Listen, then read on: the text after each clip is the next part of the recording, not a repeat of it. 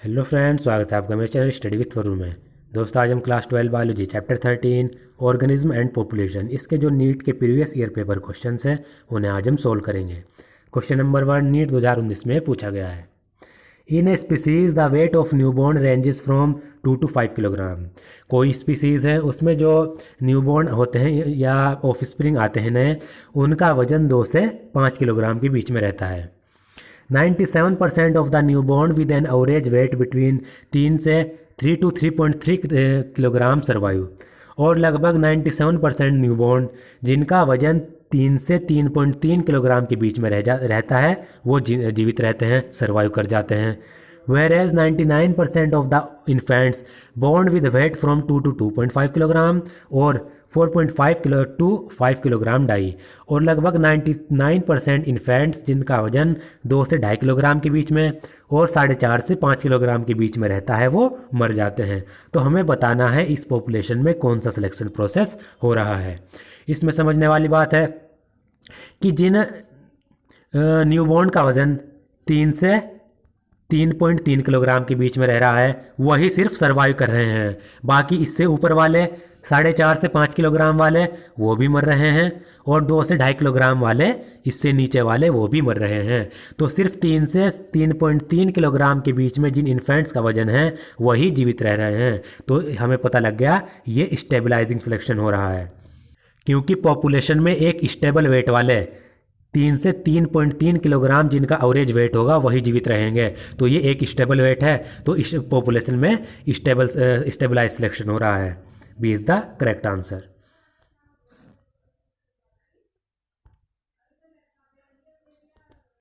Question number 2 NEET 2019 में पूछा गया। कॉलम फर्स्ट को हमें इसमें कॉलम सेकंड से मैच करना है और फिर इन ऑप्शन में से सेलेक्ट करना है। अगर हम इसमें देखें तो सबसे इजी है माइकोराइज़ा। माइकोराइज़ा सबको पता होता है, इजी टर्म है कि जो फंगस होती है उसकी प्लांट रूट के साथ जो एसोसिएशन होती है, सिम्बायोटिक एसोसिएशन, उसको हम माइकोराइज़ा कहते हैं। तो डी का फर्स्ट अगर हम देखें तो फोर्थ में डी का फर्स्ट, बाकी सब में डी का फोर्थ दिया गया है। तो हमें एक ऑप्शन से ही पता लग गया कि जो हमारा करेक्ट आंसर है वो फोर्थ है। तो सबसे पहले इस टाइप के क्वेश्चन में जो सबसे इजी होता है वो हमें देखना चाहिए। बाकी अब और भी देख लेते हैं हम। ए का second saprophyte, decomposition of dead organic material. जो सेप्रोफाइट्स होते हैं वो डेड ऑर्गेनिक मटेरियल को डिकम्पोज करते हैं। बी का थर्ड इसमें दिया गया है parasite, living on living plants और एनिमल्स। पैरासाइट क्या करते हैं, लिविंग प्लांट्स और एनिमल्स की बॉडी के ऊपर लिव करते हैं या उनकी बॉडी के अंदर। सी का fourth lichens, symbiotic association of algae and fungi.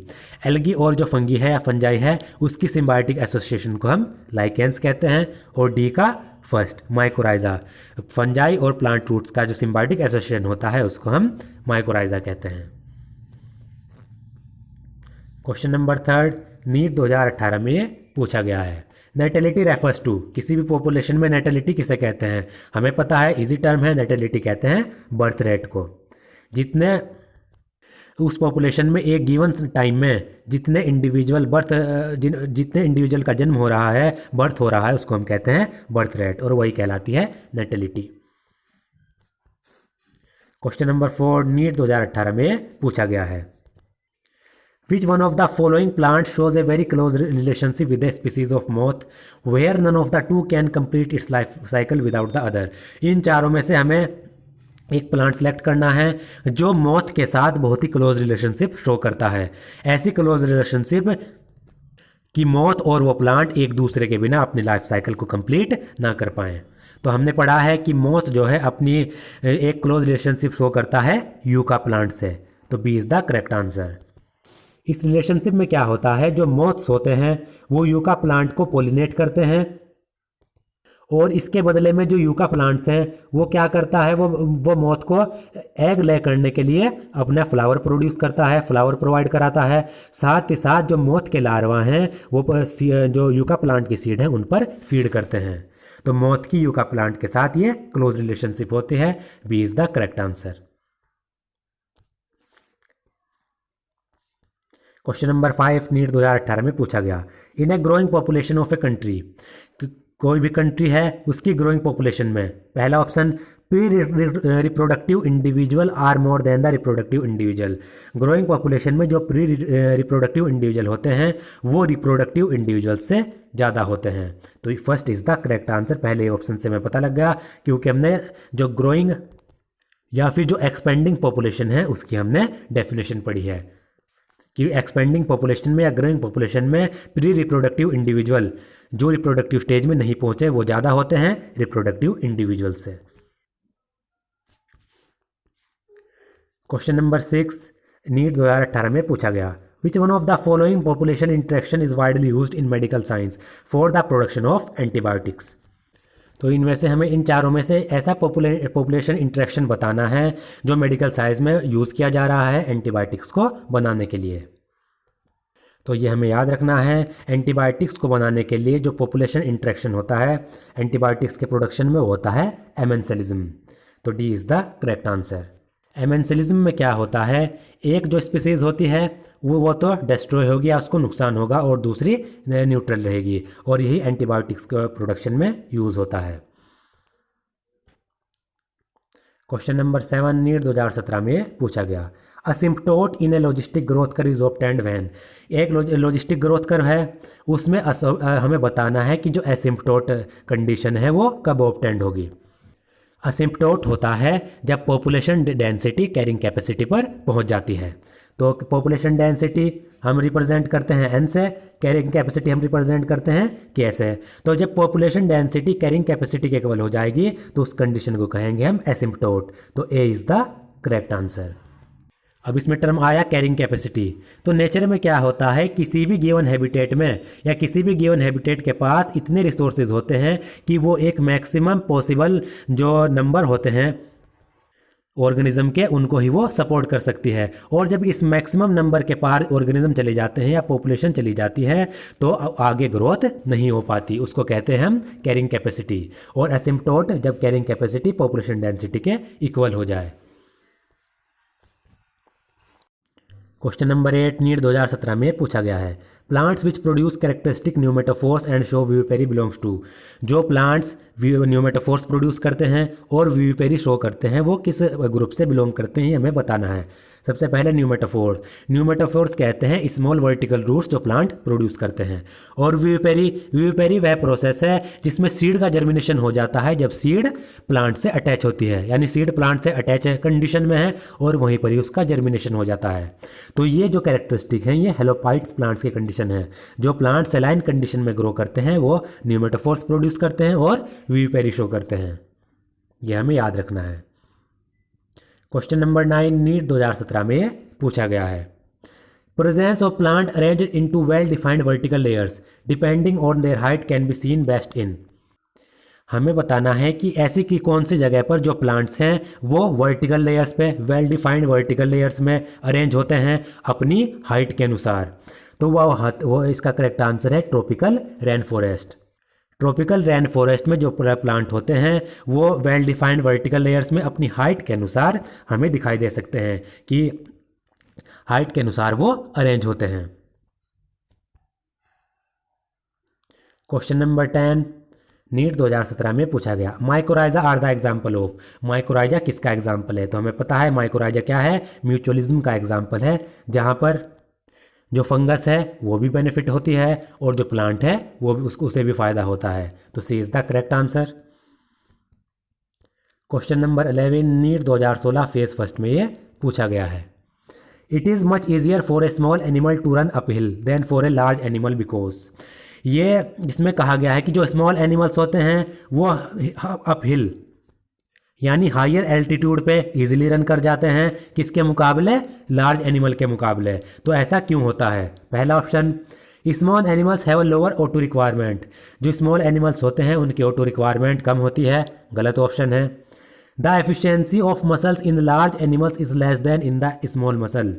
जो मसल की एफिशिएंसी होती है लार्ज एनिमल्स में वो कम होती है स्मॉल एनिमल्स के मुकाबले, यानी स्मॉल एनिमल्स की जो मसल्स होगी उनकी एफिशिएंसी ज़्यादा होगी।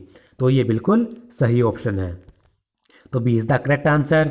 बाकी ये दोनों भी गलत है कि जो it is easier to carry small body weight को कैरी करना ईजी हो जाता है और स्मॉलर एनिमल्स है हायर मेटाबॉलिक रेट, जो स्मॉलर एनिमल्स होते हैं उनका मेटाबॉलिक रेट ज़्यादा होता है, ये भी गलत ऑप्शन है, B is the correct option. Question number 12 NEET 2016 phase first में ये पूछा गया है। When does the growth rate of a population following the logistic model, कोई पॉपुलेशन लॉजिस्टिक मॉडल या लॉजिस्टिक ग्रोथ कर्व फॉलो कर रही है तो उसका जो ग्रोथ रेट है वो कब जीरो होगा, ये हमें बताना है। तो लॉजिस्टिक मॉडल की जो वो इक्वेशन है वो है dN/dt equal to RN bracket 1 minus N upon K. इस क्वेश्चन में हमें कुछ नहीं करना, बल्कि जो ऑप्शन दिया है वो हमें बस इक्वेशन में पुट करने हैं। पहला ऑप्शन व्हेन n/k इक्वल 0, जब n अपॉन के 0 हो जाए। तो अगर हम इसमें रखें जो राइट हैंड साइड है Rn 1 माइनस n अपॉन के की जगह हम क्या रख दें, 0 रख दें। तो Rn इंटू 1 माइनस 0 1, तो dN/dt किसके बराबर आ जाएगा, Rn के बराबर। तो 0 तो नहीं आ रहा, तो पहला ऑप्शन गलत ऑप्शन है। दूसरा when death rate is greater than birth rate, जब डेथ रेट बर्थ रेट से ग्रेटर हो जाए, गलत ऑप्शन है, ये तो इसमें नहीं है। इस व्हेन n/k इज एग्जैक्टली 1, जब n अपॉन के 1 हो जाए, ये भी कंडीशन हम रख के देख सकते हैं। Rn 1 माइनस n अपॉन के की जगह क्या रख दें, 1 रख दें हम। n अपॉन के स्थान पर 1 रख दिया तो 1 माइनस 1 0, तो Rn इंटू 0 क्या कितना हो जाएगा, 0 हो जाएगा। तो हमें ग्रोथ रेट कितना आ गया हमारे पास, 0 आ गया। तो C is the correct option. बाकी डी भी गलत है, सी हमारा आंसर है, ये हमने पुट करके देख लिया है। नीट 2016 फेज फर्स्ट में पूछा गया question number 13 Gauss principal of competitive exclusion state that, जो गॉस का कम्पिटिटिव एक्सक्लूजन का प्रिंसिपल था वो क्या कहता है, सिंपल हमें ये डेफिनेशन बतानी है। तो गॉस का जो कम्पिटिटिव एक्सक्लूजन प्रिंसिपल है वो कहता है कि दो क्लोजली रिलेटेड स्पीसीज़ हैं, दो क्लोजली रिलेटेड स्पीसीज़ हैं और वो सेम रिसोर्सेज के लिए compete कर रही हैं, तो इस कंपटीशन के कारण वो कभी भी एक साथ नहीं रह सकती। तो वो क्या होगा, जो सुपीरियर स्पीसीज़ होगी वो इन्फीरियर स्पीसीज़ को क्या कर देगी, एलिमिनेट कर देगी। तो पहला ऑप्शन देखते हैं, no two species can occupy the same niche indefinitely, कभी भी दो स्पीसीज सेम निच में यानी सेम हैबिटेट में एक साथ नहीं रह सकती। For the same limiting resources, अगर जो रिसोर्सेज हैं वो लिमिटिंग हैं। तो ये बिल्कुल सही ऑप्शन है, यही गॉस ने बताया था, तो A is the correct option. दूसरा भी देख लेते हैं, larger organism exclude smaller once through competition, जो लार्जर ऑर्गेनिज्म है वो स्मॉलर ऑर्गेनिज्म को कंपटीशन से एक्सक्लूड कर देंगे। ऐसा नहीं है, जो सुपीरियर होंगे सुपीरियर स्मॉलर भी ऑर्गेनिज्म हो सकता है, तो ये भी गलत है। B third, more abundant species will exclude the less abundant species through competition, ये भी गॉस ने नहीं बताया था। Competition for the same resources exclude species having different food preferences, जो अगर सेम रिसोर्सेज के लिए कंपटीशन हो रहा है तो वे स्पीसीज एक्सक्लूड हो जाएंगी जिनकी फूड प्रेफरेंसेज डिफरेंट है, तो ये भी गॉस का नहीं बताया था। गॉस ने बताया था ए ऑप्शन, तो A is the correct option, ये हम देख चुके हैं। Question number 14 NEET 2016 phase second में पूछा गया है, which of the following is correct for r selected species, इनमें से कौन सा आर सिलेक्टेड स्पीसीज के लिए करेक्ट है। तो पहले तो हमें आर सिलेक्टेड स्पीसीज पता होना चाहिए कौन सी है। तो जो ऑर्गेनिज्म आर सिलेक्टेड होते हैं वो किसी भी कॉलोनी को बहुत ही ज़्यादा या किसी भी हैबिटेट को बहुत ही ज़्यादा तेज़ी से कॉलोनाइज कर सकते हैं, क्योंकि ये क्या करते हैं, ये जो उस हैबिटेट में फूड हैं या दूसरे रिसोर्सेज हैं उनको ये यूटिलाइज कर लेते हैं, बहुत ज़्यादा तेज़ी से यूटिलाइज करते हैं। और जो आर सेलेक्टेड स्पीसीज होते हैं या ऑर्गेनिज्म होते हैं वो स्मॉल होते हैं और उनकी लाइफ स्पेन भी छोटी होती है। तो हमें दो चीज़ें इसमें पता चली आर सेलेक्टेड स्पीसीज की, कि एक तो ये किसी भी हैबिटेट को बहुत ज़्यादा तेज़ी से कॉलोनाइज करेंगे, दूसरा जो आर सेलेक्टेड स्पीसीज होती हैं उनके जो ऑर्गेनिज्म होंगे उनकी लाइफ स्पेन भी छोटी होगी और वो स्मॉल होंगे, जैसे कि बैक्टीरिया। तो पहला ऑप्शन देखते हैं, large number of progeny with small size, जो आर सेलेक्टेड स्पीसीज होते हैं वो उनकी प्रोजेनी लार्ज नंबर में होती है और उनका साइज भी स्मॉल होता है, बिल्कुल सही है, यही वो दो बातें हमने पढ़ी थी उनमें से एक है। दूसरा भी देख लेते हैं, large number of progeny with large size गलत है, small number of progeny with small size गलत है, small number of progeny with large size ये भी गलत है। तो A is the correct option, R selected species में लार्ज नंबर ऑफ प्रोजेनी होती है और साइज स्मॉल होता है। एनसीईआरटी से बाहर का क्वेश्चन है तो ये हमें याद रखना है। Question number 15 NEET 2016 phase second में पूछा गया, if plus sign is assign to beneficial interaction. अगर प्लस साइन से हम बेनिफिशियल इंटरेक्शन समझते हैं, बेनिफिशियल इंटरेक्शन के लिए साइन किया गया है। माइनस साइन डेट्रीमेंटल, जहाँ पर नुकसान होता हो उस इंटरेक्शन के लिए इस्तेमाल किया जाता है। ओ साइन या zero sign for neutral interaction. Zero sign neutral interaction यानी जहाँ ना नुकसान हो ना फ़ायदा हो। Then the population interaction represented by plus minus refers to. हमें ऐसा पॉपुलेशन इंटरेक्शन बताना है जो प्लस माइनस से रिप्रेजेंट किया जाता है। म्यूचुअलिज्म गलत है, दोनों में प्लस प्लस होता है। एमेंसिलिज्म में एक में नुकसान एक में न्यूट्रल, ये भी गलत है। कॉमनसिलिज्म में एक में प्लस एक में न्यूट्रल। तो पैरासिटिज्म में एक स्पीसीज को फायदा होता है एक को नुकसान होता है। तो D is the correct answer. Question number 16 NEET 2016 phase second में पूछा गया, the principle of competitive exclusion stated by. हमने ऊपर ही क्वेश्चन किया है, कम्पिटिटिव एक्सक्लूजन का जो प्रिंसिपल दिया था वो गोस ने दिया था। तो B is the correct answer. In which of the following interaction both partners are adversely affected. इनमें से कौन सा इंटरेक्शन में दोनों ही पार्टनर्स एडवर्सली अफेक्टेड होते हैं या दोनों ही पार्टनर्स को नुकसान होता है। पैरासिटिज्म में एक को फायदा एक को नुकसान, तो गलत ऑप्शन है। म्यूचुअलिज्म में दोनों को फायदा, कंपटीशन में दोनों को ही नुकसान होता है, तो C is the correct answer. प्रेडिशन में एक को फायदा एक को नुकसान, तो हमारा आंसर है कंपटीशन जिसमें दोनों ही स्पीसीज को नुकसान होता है, वो एडवर्सली अफेक्टेड होती हैं विपरीत तरीके से। क्वेश्चन नंबर 18 AIPMT 2015 का क्वेश्चन है, an association of individual of different species living in the same habitat. Different species जो सेम हैबिटेट में रहती हैं, तो जो उनके इंडिविजुअल है उनके बीच में कोई एसोसिएशन होता है, तो उस एसोसिएशन को हम क्या कहते हैं। और इन इंडिविजुअल के बीच में फंक्शनल इंटरेक्शन भी होता है, क्या हम उसे इकोसिस्टम कहते हैं। तो पहला ऑप्शन देख लेते हैं, इकोसिस्टम।